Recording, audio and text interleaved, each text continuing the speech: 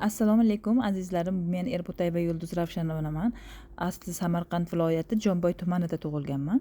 Bugun birinchi kunim. Bugundan boshlab internetga siz uchun foydali bo'ladigan videolarni qo'yib boshlayman. Mana hozir tong sahar soat 4 dan 10 daqiqa o'tdi.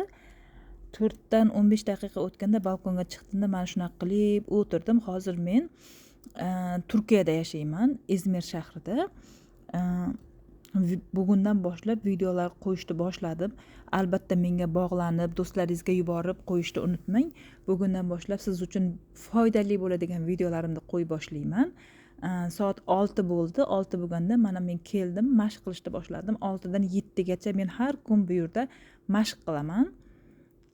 Mana tong yorishi ham boshladi. Men esa hali ham mashq qilishda davom etyapman. O'zi aslida men desam sog'lik uchun ozish uchun, zaiflash uchun nima qilaman? Mashq qilaman. Oldinlar qilmasdim. Yaqin 2 oydan beri qilib boshladim.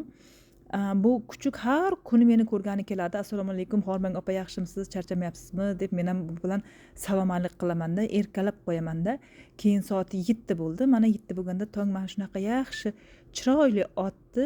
Keyin men uyga qarab qaytdim. Tong sahar soat 7 da.